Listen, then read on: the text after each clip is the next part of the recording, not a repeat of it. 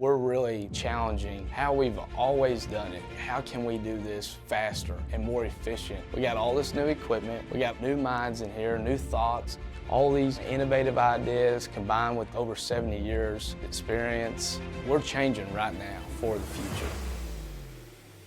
Times are changing, your customers are changing, personnel is changing, everything is changing. You need to be a visionary leader in everything that you do. You need to try to anticipate. It was a very bold and strategic move to ultimately getting rid of the punch presses that we've had for over 70 years. For anyone to be engaged, you have to feel a part of the team.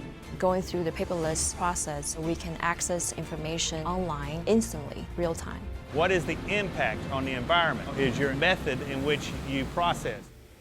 We reclaim our solvents, we rejuvenate our acids. It keeps everything at a standard. With our metal warehouse enhancement, there's a lot less downtime, so we can take it automatically print on it and utilize our employees more efficient in other areas. Mostly everybody's floating around and they understand the big picture on things. We look more into bringing people of all different backgrounds into the company. We treat everyone equally. I came in as customer service and then I grew into HR, but I also help out in shipping. We all come together and we're all one.